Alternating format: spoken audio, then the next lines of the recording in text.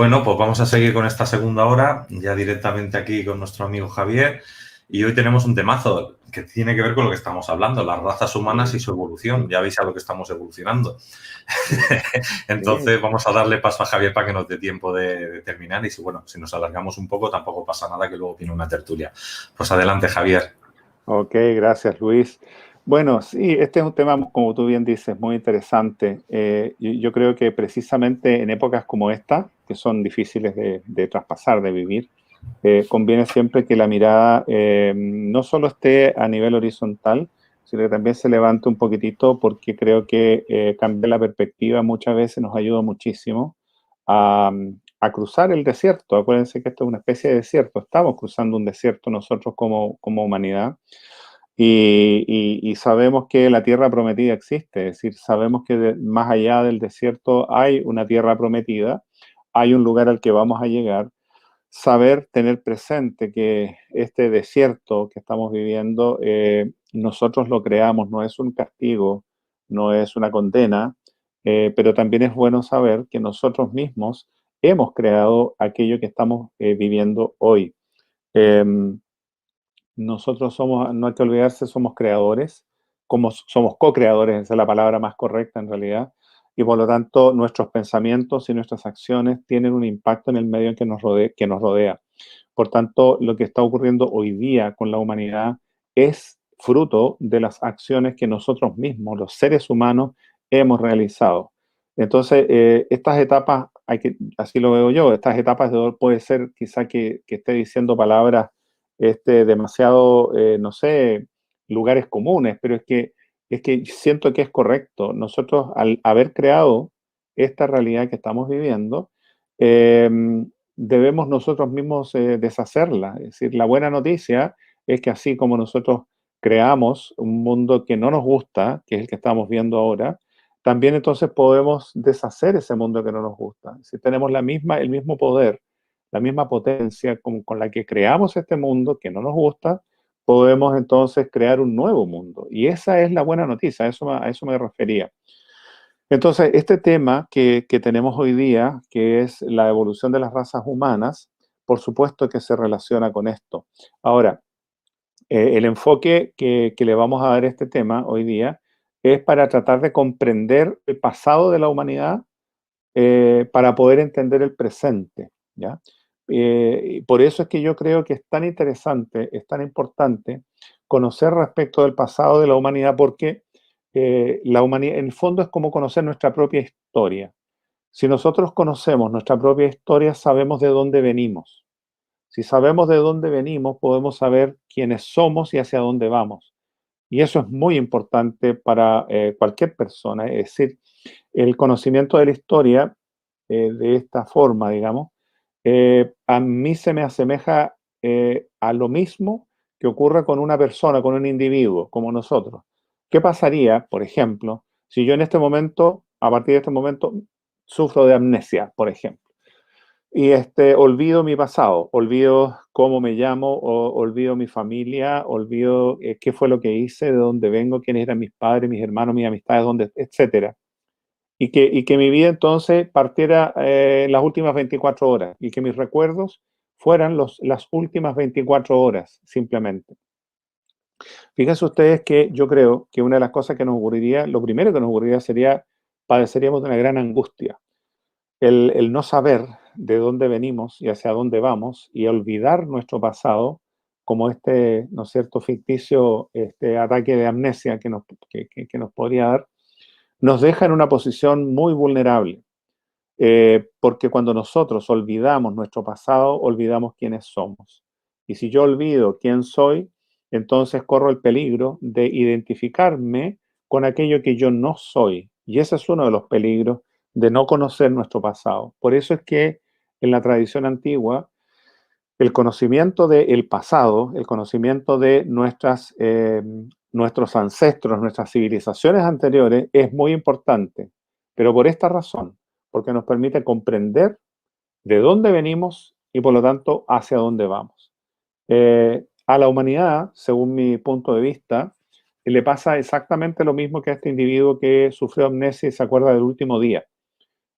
Porque en realidad, mirándolos desde esa perspectiva, la historia moderna, digamos la historia, ¿no? Los historiadores actualmente, reconocen muy poco, porque obviamente no tienen los medios tampoco para hacerlo, respecto del pasado de la humanidad. A lo más, ¿no es cierto?, nos vamos a la Edad Media, nos vamos a las épocas previas a la Edad Media, a la época precristiana, etcétera, etcétera. O sea, 2000 años y más o menos comprendido. Y 2000 años a lo largo de la historia de la humanidad es como un día. La humanidad es muchísimo más vieja que 2000 años. Sin embargo, nosotros construimos nuestra vida en función de lo que conocemos en estos últimos 2000 años, y repito, ni siquiera muy bien conocido, pero supongamos que lo conociéramos bien. Entonces, nuestro escenario actual es justamente ese. Es un escenario de una persona que perdió su memoria, que sufrió de amnesia, que se olvidó de sus pasados, se olvidó de sus ancestros, se olvidó de dónde venía.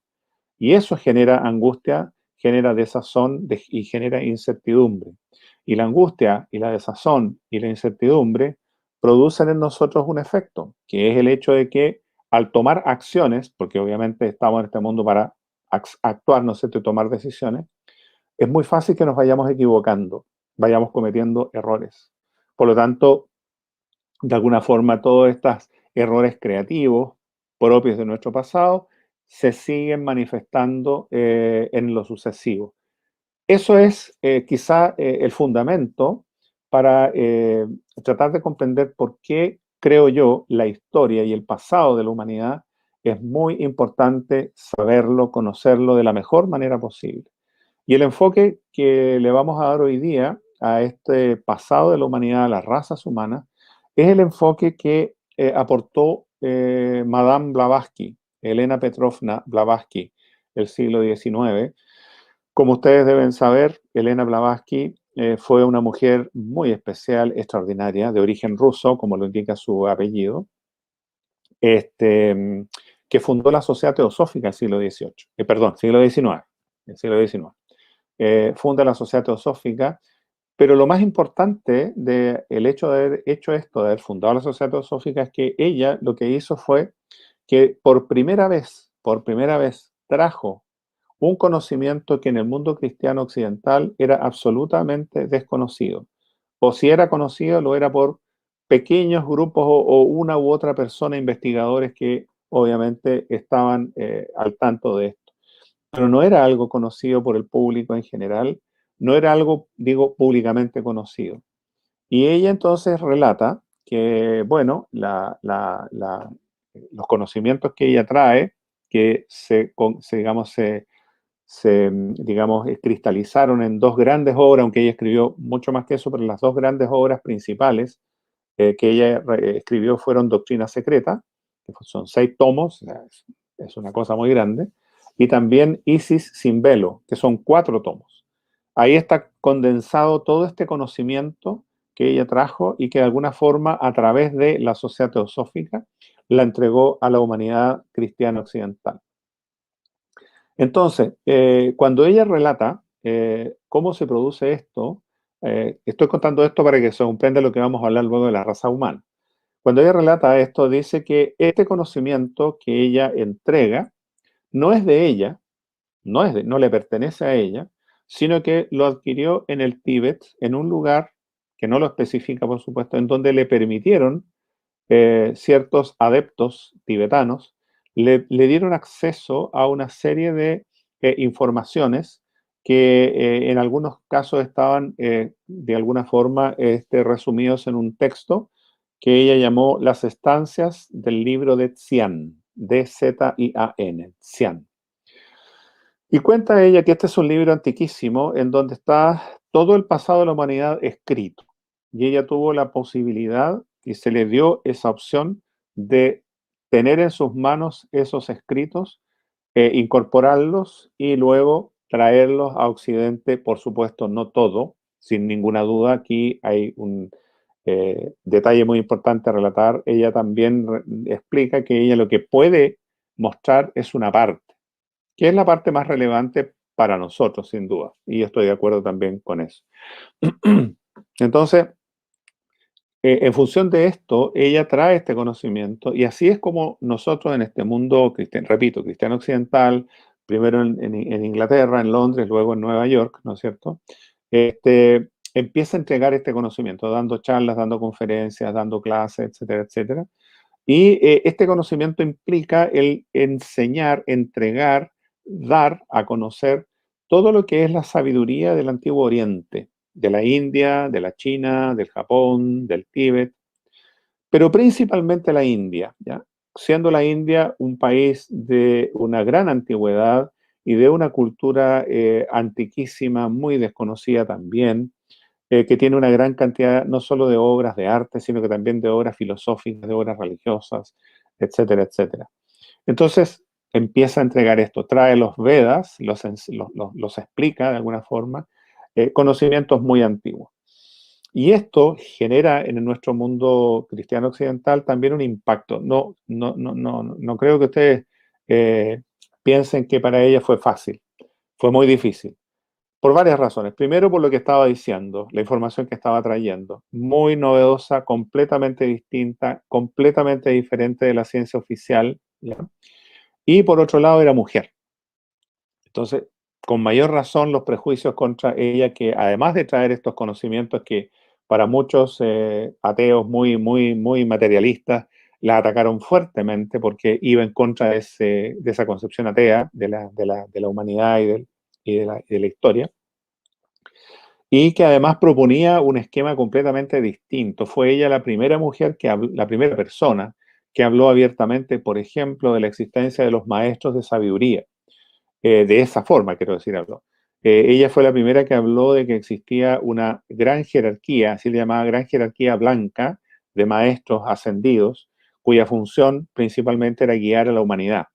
Y ella también explicó bastante que los grandes seres como Jesucristo, como Krishna, como el Buda, etcétera, fueron seres extraordinarios que vinieron a ayudar a guiar a la humanidad en este camino, digamos, extraviado, digamos, que la humanidad ha recorrido durante tantos siglos, pero que cada cierto tiempo, especifica más o menos cada 2000 años, llega uno de estos seres a los que le dio el nombre de avataras y explica que estos seres entonces son seres de amor y que vienen entonces a entregarle a la humanidad una instrucción justamente para ayudarle a que no siga cometiendo los errores que ha cometido hasta ahora y que bien sabemos nosotros por la ley cósmica de la vida, cuando nosotros cometemos errores, esos errores, al ser cometidos conscientemente, por ignorancia o lo que sea, de alguna forma redundan y rebotan hacia nosotros, que es conocida como la ley de acción y reacción o la ley del karma.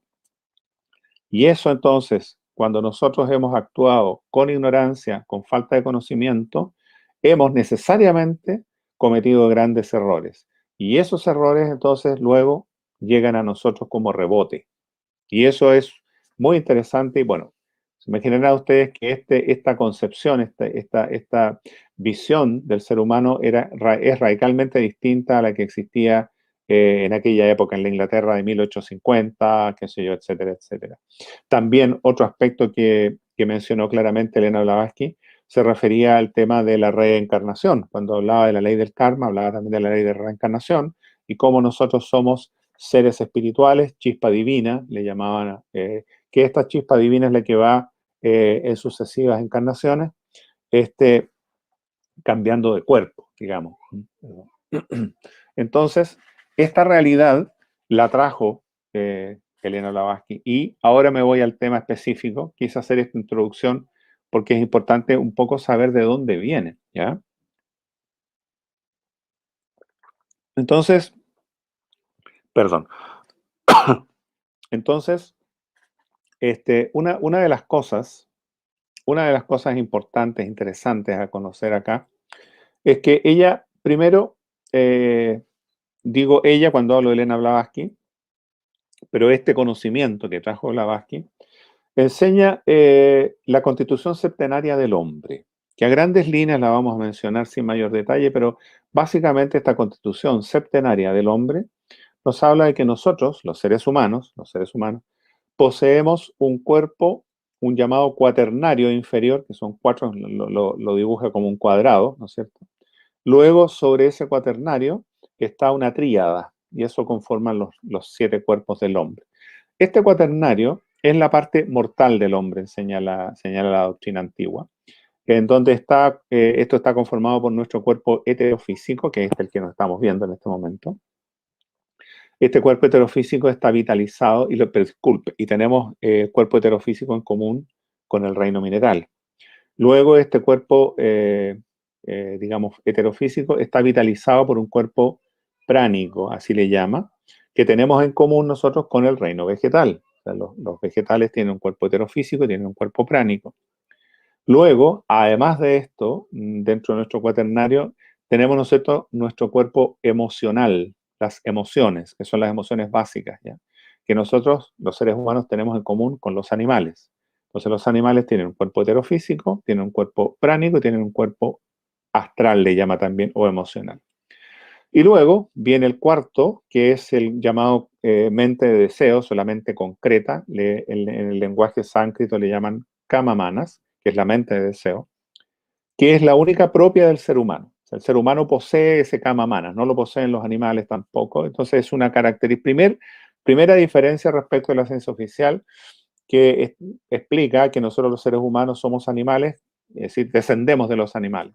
La verdad es que la ciencia tradicional jamás lo ha planteado así, más bien dicho, que dice que es lo contrario. Nosotros no vivimos, nosotros fuimos alguna vez, pero en eones, vivimos la experiencia animal, pero ahora nosotros somos seres humanos y el ser humano no desciende de los árboles, no desciende del mono como lo plantea la teoría, que es una teoría de Darwin. Bueno, entonces, ese sería el cuaternario inferior, ¿ya? Ese cuaternario inferior es el que, entre comillas, muere cuando muere una persona. Esa es la parte, digámoslo así, más concreta de nosotros, digamos. Este cuaternario, ¿no es cierto?, para existir y para vivir, tenemos además una tríada superior. Y esta tríada superior está ejemplificada en un triángulo. Posee una mente pura, ahora es una mente elevadísima, de una gran capacidad de conocimiento.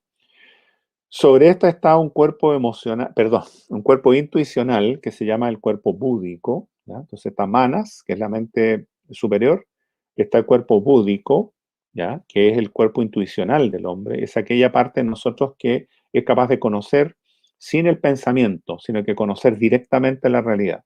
Y por encima de ella, ¿sí?, en esta cúspide de este triángulo, está la llamada chispa divina, dice Blavatsky, que es la chispa en la cual somos idénticos a Dios. Entonces, resumiendo, ahí tenemos este hombre septenario, ¿ya?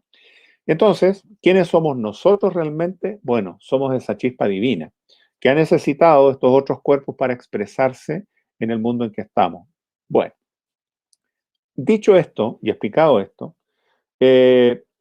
básicamente explica Blavatsky que digamos, la evolución de lo que es hoy día la humanidad también se realiza en función de 7 etapas o de 7 niveles, ¿ya? Incluso, que no vamos a hablar de ese detalle porque requiere mucha explicación, pero incluso ella habla de que existen 7 planetas, ¿ya? Y el planeta Tierra es el cuarto planeta. Estaríamos justo en la mitad de los 7 planetas que debe vivir, en los que debe vivir la humanidad, ¿no es cierto?, en su evolución hacia las alturas. Entonces, la explicación de lo que vamos a conversar un poco hoy día se concentra en que es nuestro planeta Tierra. El planeta Tierra, entonces, cuenta y explica Blavatsky, ha sido habitada por este grupo de entidades, así le llama, que conforman la actual humanidad. O sea, nosotros somos individualidades espirituales que encarnamos en este planeta y venimos como una oleada de vida. Esa es la otra forma, las otras palabras que ella utiliza. Entonces, esta oleada de vida, que somos la humanidad, o sea, todos los seres humanos pertenecemos y formamos parte de esta oleada de vida. Hemos ingresado al planeta Tierra. Nosotros suponemos que el planeta Tierra, ¿no es cierto?, es un círculo. Ingresamos al planeta Tierra y comenzamos a vivir una serie de experiencias dentro de este planeta Tierra que nos van a llevar finalmente a alcanzar el conocimiento total, absoluto, y convertirnos nosotros en maestros ascensionados. Entonces, en función de esto, explica Blavatsky que esto ocurrió, esto de que ingresó esta oleada de vida al planeta Tierra, ingresó por primera vez hace millones y millones de años. Incluso no dice la cifra porque es una cifra ridículamente grande y da lo mismo saberlo, digamos, con exactitud, quiero decir. Entonces ella explica que esta oleada de vida que conforma la actual humanidad ingresa, ¿no es cierto?, por primera vez, y que entonces en este planeta Tierra esta oleada de vida deberá pasar por sucesivas etapas, ¿no es cierto? Y a estas etapas le llamó razas, ¿ya? A mí no me gusta mucho usar la palabra, pero no puedo usar otra porque es la que usó ella. Porque la palabra raza, si bien es cierto, yo entiendo perfectamente a qué se está refiriendo, podría tener una connotación, qué sé yo, pero es un tema muy de ahora. Entonces, ustedes perdónenme, voy a usar la palabra razas, pero ustedes entienden que estamos hablando de una época importante en el desarrollo evolutivo de la humanidad. Entonces, explica Blavatsky que la humanidad entonces parte en la primera raza y termina en la séptima raza por razones obviamente lógicas, ¿no es cierto? Entonces, cuando parte la humanidad en la primera raza, hace millones de años, esta humanidad, explica ella, era muy, absolutamente diferente a lo que somos hoy día. Ella explica que cuando esta humanidad parte, cuando esta humanidad comienza a vivir sobre la faz de la Tierra, el mismo planeta también era muy distinto, la Tierra era muy diferente, sus condiciones eran muy distintas. Y entonces, ella explica que en lo que ella revisa en estas estancias del libro de Xian, aparece el nombre, pero ella dice que son nombres intraducibles, digamos. Entonces le da el nombre de, digamos, Chayas, ese es el nombre, Chayas, Chayas, Chayas, a esta raza, primera raza humana. Y explica a ella que eran cuerpos eh, no eran obviamente como lo que somos ahora, sino que cuerpos parecidos a grandes células, digamos así, que se movían sobre la faz de la Tierra como nubosidades, explica ella, y que nos reproducíamos por partenogénesis, es decir, que un individuo se dividía en sí mismo y ahí aparecía otro individuo y así sucesivamente por partenogénesis. Y explica entonces que desarrollan un sentido. La primera raza desarrolla el primer sentido y ese es el sentido del tacto, ¿ya? Y bueno, se desarrolla esta primera raza en esta muy pretérita edad de la humanidad. Y luego explica otra cosa adicional que es importante en el presente para ir comprendiendo las etapas que vienen. Y entonces dice que cada raza, a su vez, está dividida en 7 subrazas, ¿ya? Entonces, la primera raza de los chayas, que estamos hablando ahora, se subdividió a su vez en 7 subrazas. Entonces está la primera, segunda, tercera y hasta la séptima subraza de la primera raza, ¿ya? Entonces explica ella que la segunda raza ahora, ya no la de los chayas, sino que la que viene, la segunda raza, dice, parte y nace a partir de la segunda subraza de la primera raza. A ver si no quiero estar muy enredado, pero es así. Dijimos que la primera raza tenía 7 subrazas, ¿no es cierto? Perfecto. Se está evolucionando esta primera raza en sus 7 subrazas. Cuando está sucediendo la segunda subraza de la primera raza, de ahí sale un vástago, digámoslo así, que se separa de la primera raza y da origen a la segunda raza. ¿Ya? Y por lo tanto, comienza a desarrollarse en paralelo la segunda raza, ¿ya? Y esta segunda raza, ustedes se imaginan, son más o menos contemporáneas. O sea, estaba la primera y nace la segunda. Entonces empiezan a convivir mutuamente, obviamente, probablemente en territorios separados y distintos, pero conviven en el tiempo, digámoslo así. A esta segunda raza, Elena Blavatsky le traduce el nombre a ellos eran los hiperbóreos, ese es el nombre que les da. Y los hiperbóreos son seres distintos, se diferencian ya de esta primera raza, ¿no es cierto? Que era dijimos que eran como grandes masas de protoplasma que se movían como células, ¿no es cierto? Y se reproducían por partenogénesis. Y entonces aparece esta otra que tiene como característica el que se asemeja al reino vegetal, así como la primera al reino mineral, la segunda se asemeja al reino vegetal, que van a desarrollar el sentido del oído, la percepción por el oído. Entonces ya tienen sentido del tacto y del oído, esta segunda raza que nace acá, y viven toda una experiencia también propia relacionada con, y se reproducían por esporas, algo ya mucho más semejante a lo que es el reino vegetal, ¿no es cierto? Y bueno, se siguen desarrollando, entonces ya tenemos la primera raza, ¿no es cierto?, desarrollándose, luego tenemos la segunda raza que ya partió, y a partir ahora de la tercera subraza de la segunda raza, nace la tercera raza, siguiendo esta misma lógica, ¿ya? Entonces nace la tercera raza a partir de la tercera subraza de la segunda raza. ¿Me siguen? Bueno, entonces, ¿cuál es la idea acá? La idea entonces es que nace esta tercera raza. Ya la primera raza estaba casi desapareciendo, obviamente porque habían pasado millones de años también. Esto ha ocurrido a lo largo de millones de años, por favor. Yo lo estoy explicando así de rápido, pero obviamente aquí hay millones y cientos de miles de años entre una etapa y otra.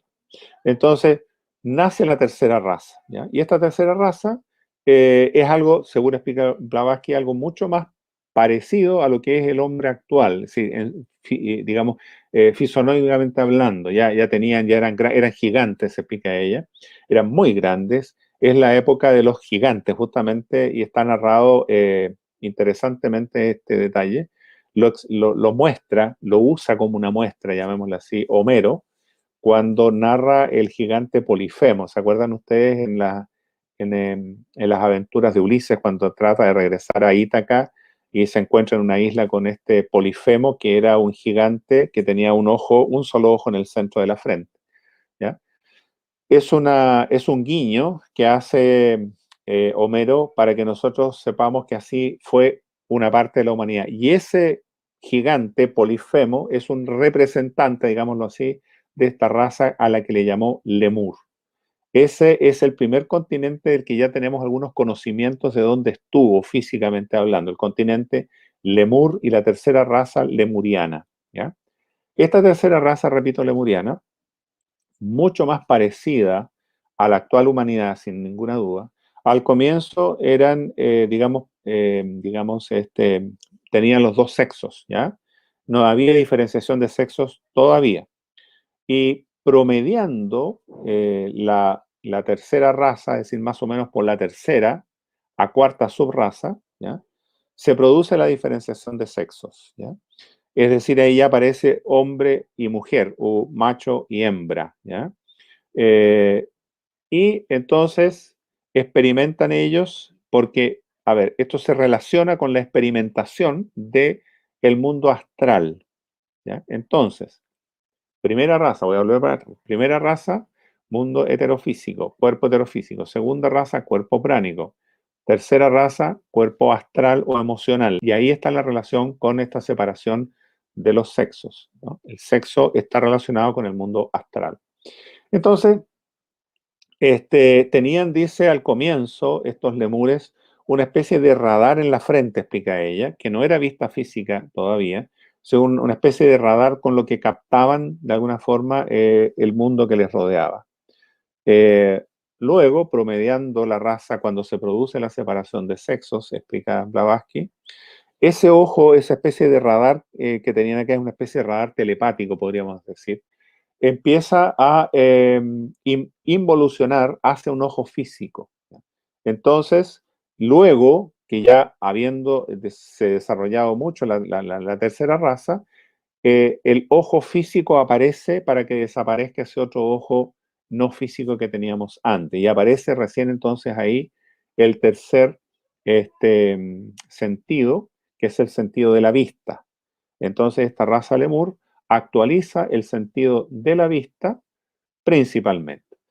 Es lo que ellos viven, explica Blavatsky, en lo que hoy día se parecerían ciudades a lo que nosotros conocemos como ciudades. Repito que eran de gran estatura, muy altos, eran gigantes, eran capaces de pelear con grandes bestias, con un palo, con una piedra, así de grandes eran. Y bueno, se van reproduciendo, ¿no es cierto?, a lo largo y ancho de su continente, que es el continente Lemur. Luego, siguiendo la misma lógica explicada hasta ahora, en la cuarta subraza de la tercera raza, acordémonos de ese detalle, en la cuarta subraza de la tercera raza, nace la cuarta raza. Y nace la cuarta raza, naturalmente, como corresponde, ¿no es cierto? Se separa, ¿no es cierto?, de la raza raíz para nacer una nueva raza. Y mientras tanto, la raza raíz, en este caso la tercera, sigue su evolución correctamente. Y ahí nace entonces la llamada cuarta raza. Y aquí comienza a ser algo mucho más cercano a nuestra experiencia.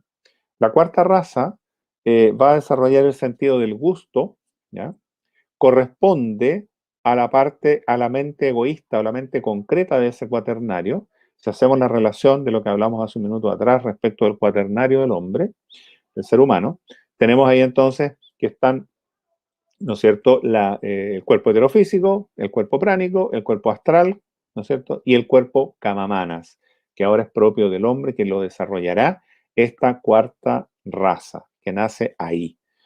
Y a su vez desarrolla otro sentido, que es el sentido del gusto, ¿ya? Entonces ya tenemos 4 razas, 4 cuerpos, 4 sentidos. Y luego, entonces, esta raza, la raza cuarta, recibe el nombre de raza Atlante. Estos son los Atlantes, los famosos Atlantes de los que tanto se habla.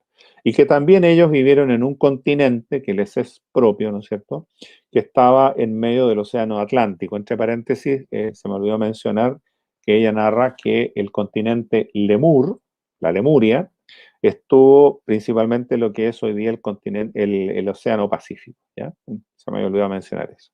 Incluso relata que Isla de Pascua, estoy volviendo a la raza Lemur, Isla de Pascua era la cumbre de un gran volcán que había en esa época.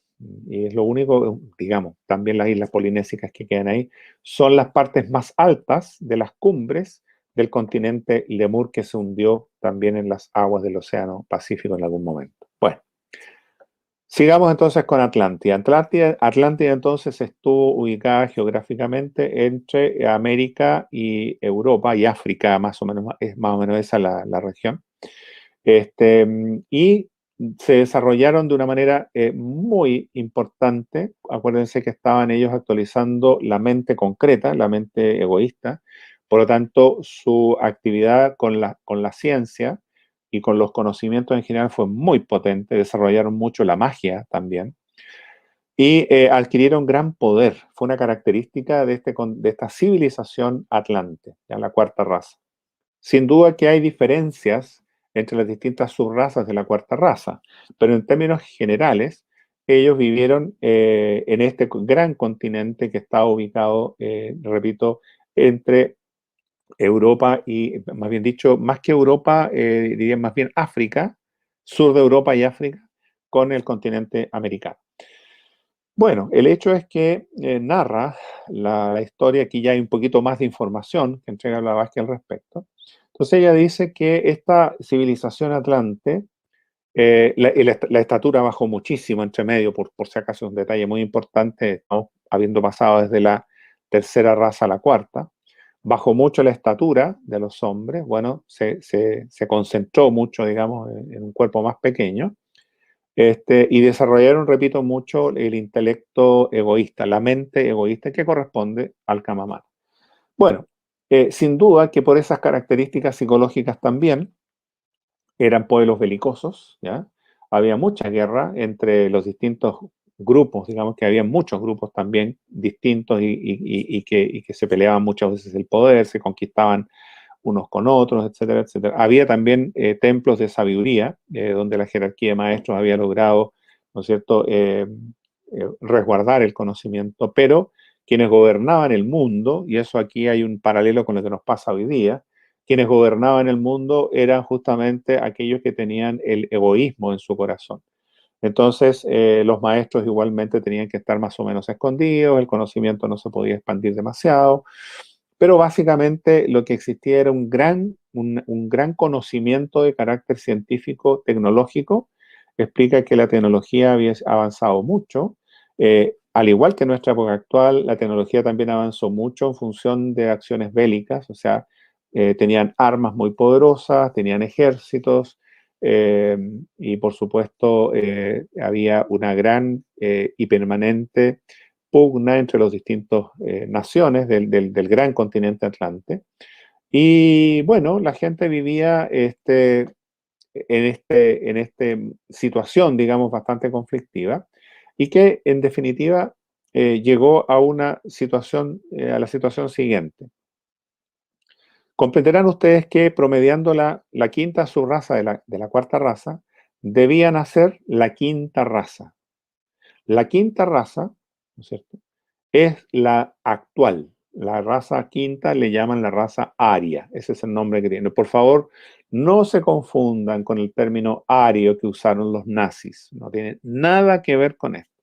Las razas ariosemíticas aparecen aquí como las primeras razas, primeras subrazas de la quinta raza. Y nació, repito, a partir de la quinta subraza de la cuarta raza, ¿ya?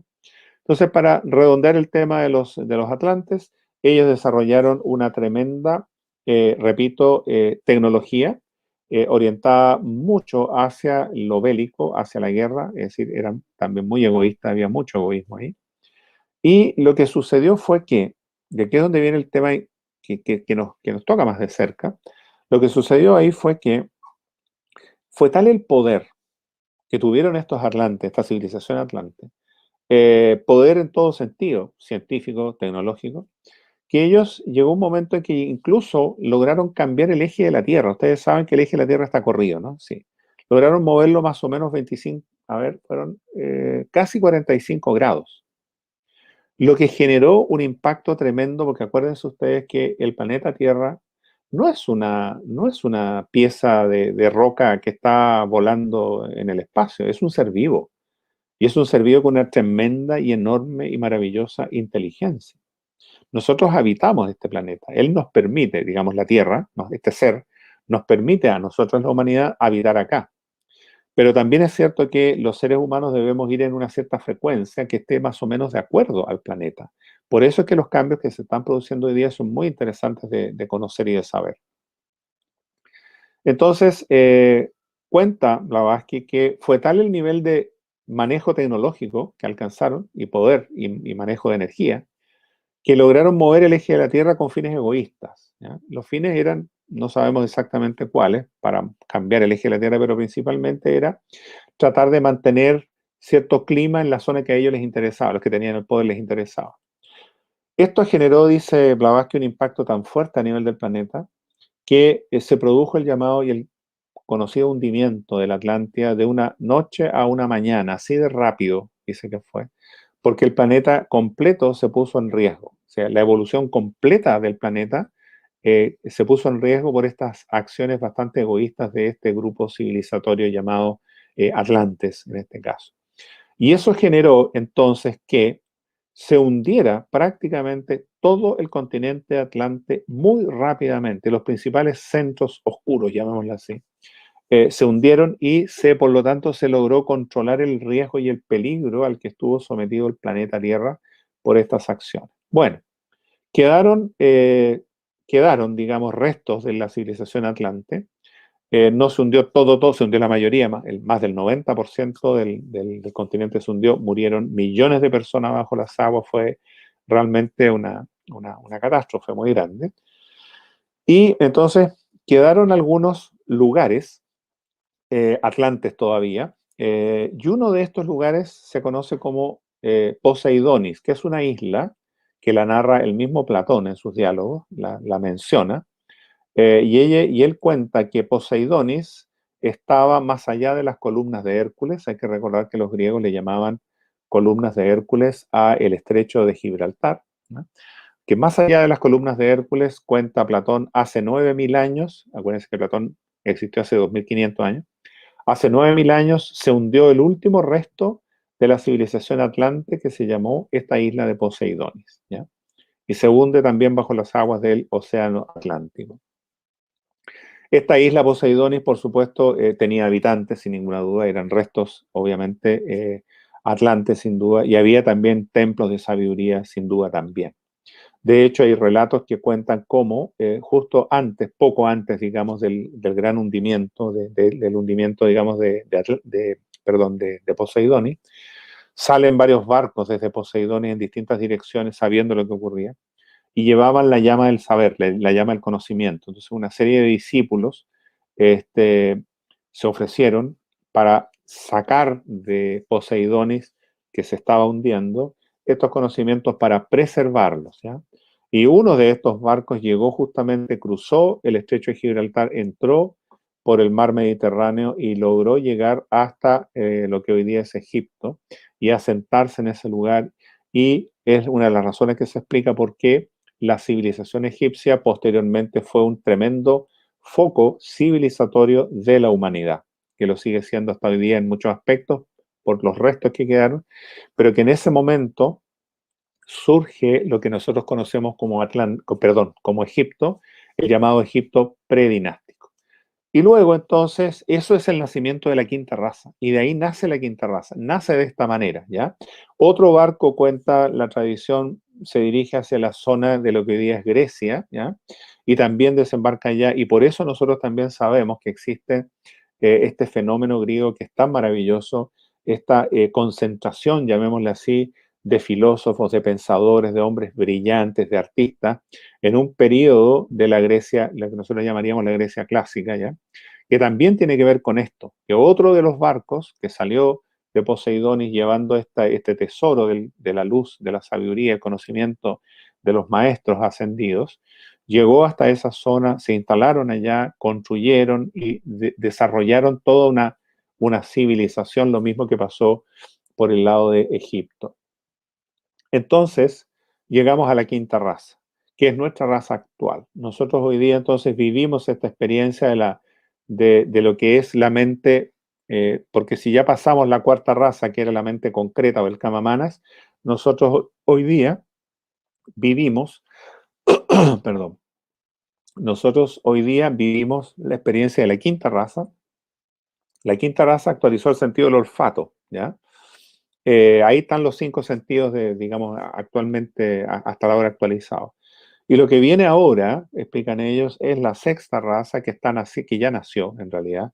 Está naciendo, ya ha nacido, y hay muchos individuos de la sexta raza que están encarnando. Y su experiencia, digamos, es actualizar el cuerpo búdico. Así como la quinta raza actualizó el cuerpo manas, que es la mente inegoísta. Por eso es que el mundo ario es un mundo como idealista, ya si ustedes han fijado, una característica idealista. Ahora viene la sexta raza, nació la sexta raza a partir de la sexta subraza de la quinta raza, que es la nuestra, y nace entonces la sexta raza. Digamos, explica ella que está naciendo, ya nació en realidad en el norte de América, o sea, en toda la zona norte de América, o sea, México, Estados Unidos, Canadá. Y es que ahí, en este lugar, físicamente, es donde está la concentración más potente de esta nueva cultura que es la sexta raza, que va a actualizar otro sentido, que es el sentido de la intuición, que es la percepción más allá de los sentidos físicos. Que hasta este momento los sentidos nuestros son principalmente sentidos físicos. El sentido que está actualizando la sexta raza será la intuición, la capacidad de percibir la realidad directamente sin la mediación de la mente concreta. Esa es de alguna forma lo que corresponde actualizar a la llamada sexta raza. Y luego la séptima raza explica muy poco. Dice que la humanidad cuando alcance la séptima raza estará en un estado de una evolución elevadísima, de un gran nivel. Seremos dioses, de alguna forma lo dice así Blavatsky. Por eso es que mejor quedémonos con lo actual, con nuestra experiencia. Lo que nosotros hoy día estamos viviendo es una crisis muy parecida a la que vivió la Atlántida en la cuarta subraza. Nosotros ya pasamos la quinta subraza de la quinta raza y es como la época más crítica, ¿ya? Entonces, de ahí viene la importancia de que si nosotros entendemos que nosotros los seres humanos y nuestro planeta somos uno solo, entender que el vibrar de nuestro planeta está subiendo, se está elevando, estamos pasando a otra época, nuestro planeta está evolucionando, estamos acercándonos al Sol, y eso implica un cambio vibracional muy potente y por lo tanto también obliga entre comillas, porque en realidad es una manera de decirlo, a que la humanidad, quienes vivimos en este planeta Tierra, estemos también de acuerdo a ese nivel vibratorio, es decir, que vayamos vibrando en conjunto. Entonces, este paso evolutivo que tiene que dar el planeta Tierra como planeta, lo debemos dar también nosotros quienes vivimos en este planeta Tierra. Y por eso es que es tan importante. Esta época es muy importante. Estamos viviendo crisis que son muy complejas, pero estas crisis son crisis que nos tienen que ayudar de una manera muy importante y muy intensa a salir hacia arriba. Nosotros hoy día tenemos el riesgo, o sea, cuando hay crisis muy potentes, podemos salir hacia abajo. Es decir, si nosotros reaccionamos mal, si nosotros no somos capaces de comprender lo que está ocurriendo, el dolor puede transformarse en más dolor y no es la idea. La idea es comprender que el dolor es vehículo de conciencia, tal como lo dijo el Buda, y entender entonces que a través del dolor nosotros vamos aprendiendo, vamos desarrollándonos mejor.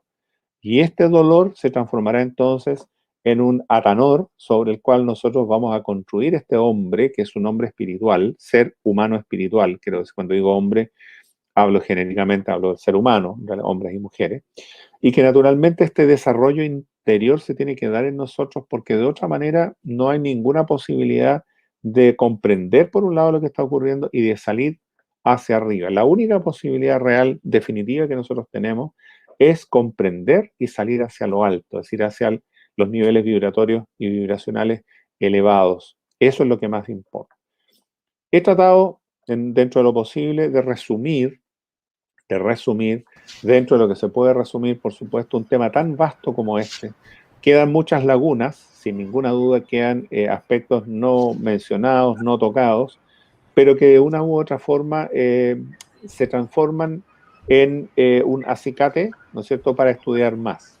Evidentemente lo que yo intenté fue resumirlo al máximo dentro de lo que se puede, digamos, pero esto es lo esencial. Repito que hay una serie de otros factores adicionales, sin duda, que requieren ser conocidos, explicados, pero esto es lo esencial y esto es lo que entregó Blavatsky y esto es lo que yo creo que es muy útil que nosotros lo comprendamos para conocer qué pasa con nosotros, qué sucede con la humanidad, qué ocurrió en el pasado y por lo tanto qué es lo que puede venir a ocurrir en el futuro también.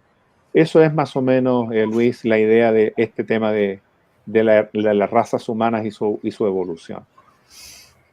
Me está gustando mucho. A mí me gustaría escuchar esa parte que dices que no has dado, esa segunda parte, porque creo que hay que profundizar Sí. por lo que está viendo ahora, ¿no? Yo creo que sí que...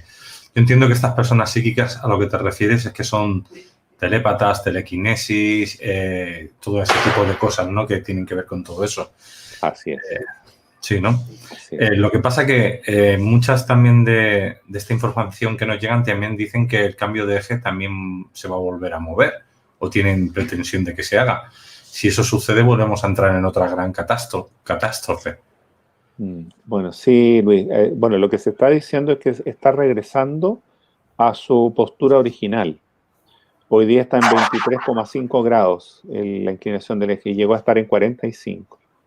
Entonces, aparentemente lo correcto es que vuelva a su postura original. Y de alguna forma ellos explican que todo esto del cambio climático que nosotros hemos escuchado tanto y que es muy importante también, aparte de que se debe a la contaminación y al maltrato que hemos hecho como humanidad de nuestro medio ambiente, pero también sí se debe a este cambio del eje. Entonces, este cambio del eje, que vuelve a su posición normal en realidad, que es lo correcto, también va a producir cambios geológicos, digámoslo así. Y estos cambios geológicos, claro, pueden generar algunos desastres, llamémoslo así, pero no lo que hay que tener presente acá es que existen dos opciones a grandes líneas. La línea catastrófica, por una parte, que efectivamente puede darse, y la otra, la que es una línea mucho más, llamémosla así, evolucionante, positiva, digamos, donde no hay tanta catástrofe, ¿ya?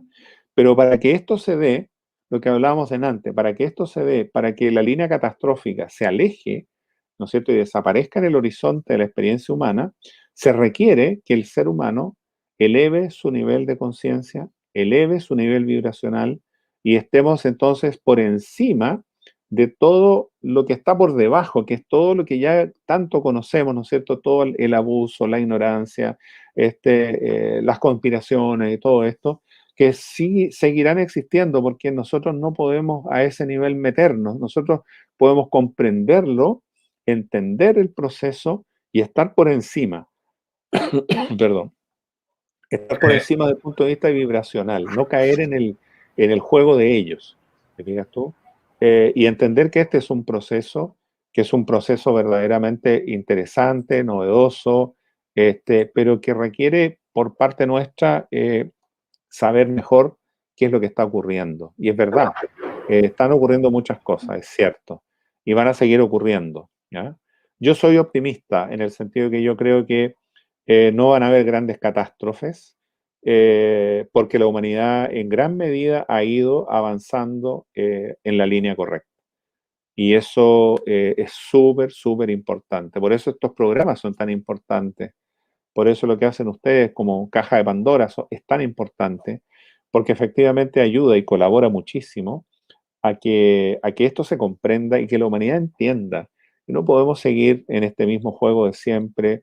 No puede ser. Es decir, está bien distraerse un rato, pero no podemos estar todo el tiempo distraídos en tonteras, ¿no es cierto?, en banalidades. Entender que los seres humanos somos seres espirituales, somos seres, somos Cristo, cada uno de nosotros es un Cristo, y ese Cristo tiene que volver al Padre, es imperativo, no es una cuestión de que siquiera no quieres, es verdad que hay libre albedrío, sí es cierto, pero hay que reconocer que si nosotros no asumimos nuestro rol, lo vamos a asumir igual, es decir, la vida nos va a llevar de regreso, y mejor lo hacemos nosotros por nuestra voluntad, y no que la vida nos obligue, ¿te fijas tú? Y eso requiere comprensión. Y por eso es tan importante conocer esta realidad superior y esta realidad espiritual del ser humano.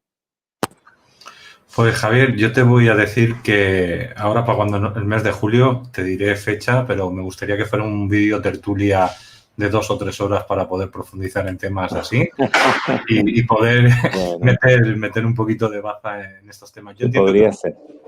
sí, lo digo porque es muy interesante el tema. Sí, es un tema muy interesante. Las claves de Enoch, ¿el libro tú lo leíste? No, ese libro no. Vale, pues No. entonces no te pregunto por él, porque te iba a hacer una pregunta, lo dejamos ahí. Te voy a hacer una pregunta, eso sí, del público, porque ya que estamos aquí, por lo menos una pueda caer Sí, y la gente... ¿Sí? sí, la Lemuria, dice. Sí. Mu y Lemuria, la verdad es que son el mismo. Mu es otro nombre que tuvo el continente Lemur. ¿Ah? Eso es lo que explican ellos por lo menos, ¿ya? Lo que pasa es que lo que debemos comprender es que cuando hablamos de Lemuria no estamos hablando solo de una ciudad, estamos hablando de un continente, ¿ya?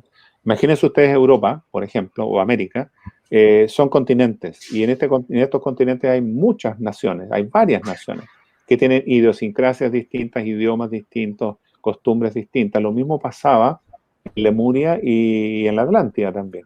Entonces, cuando nosotros hablamos de Mu y de Lemuria, estamos hablando de un conjunto muy grande de grupos, ¿ya?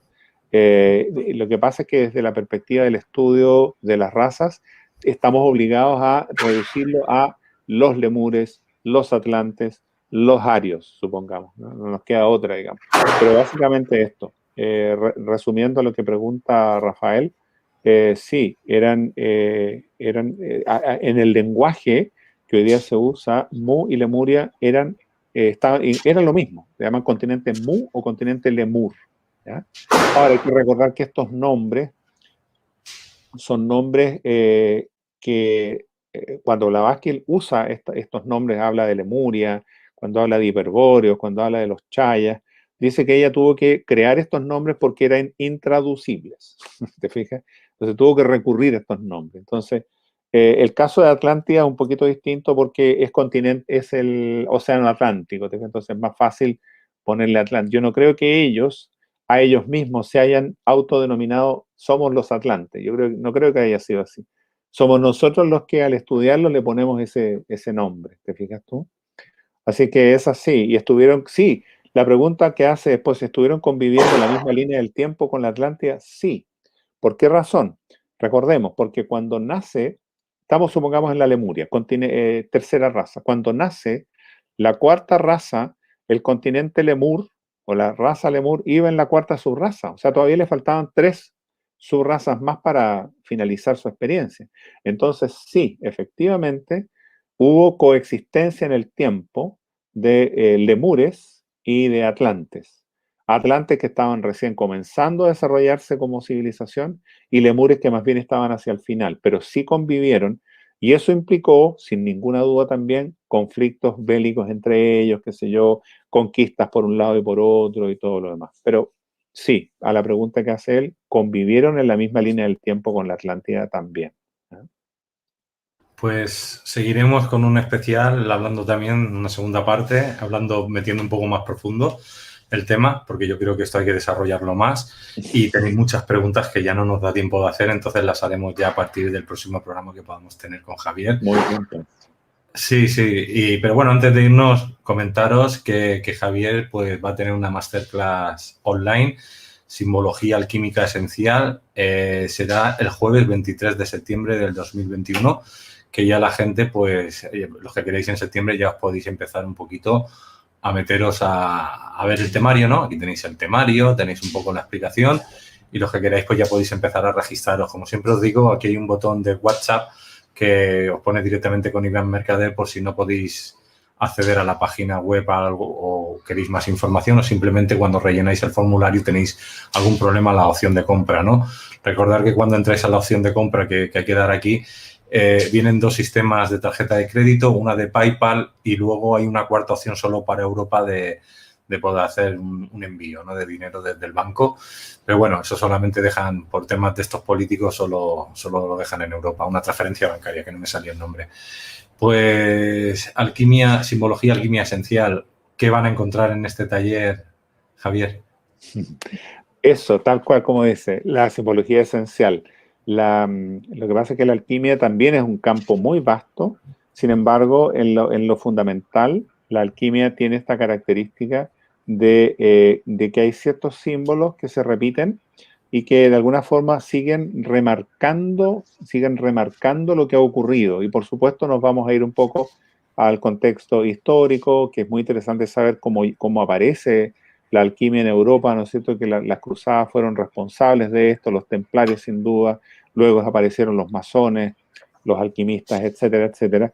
Y luego la concepción, llamémosla así, doctrinaria de lo que es la alquimia, donde viene el concepto de la caída o de la gran caída, ¿no es cierto?, que está en todas las religiones, y que eso nos afecta a nosotros como seres humanos que somos, y que también entonces después de la caída viene lo otro, que es el regreso.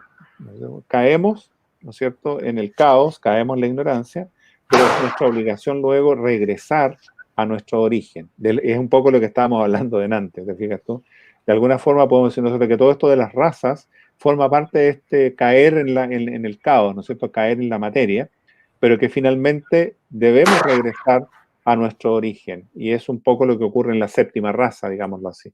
Entonces, este caminar es muy hermoso y la alquimia tiene la particularidad de explicarlo. Yo no digo que la alquimia sea lo único que lo explica. Yo sé que hay otras filosofías y que existen otras líneas de estudio que también lo explican, pero a mí me gusta mucho la explicación que da la alquimia porque para mi gusto es muy clara, por una parte, y por otro lado enseña cómo salir, porque también no basta que a mí me digan, oye, mira, estás metido en el barro, ya, está bien, pero oye, dime cómo puedo salir del barro. ¿Te fijas? Entonces la alquimia tiene esa virtud, según mi punto de vista, que te explica dónde estamos, te dice los problemas que tenemos, pero además nos agrega, nos dice, mira, por aquí se sale, esta es la manera de hacerlo. Y eso es algo fantástico desde mi punto de vista, por lo menos.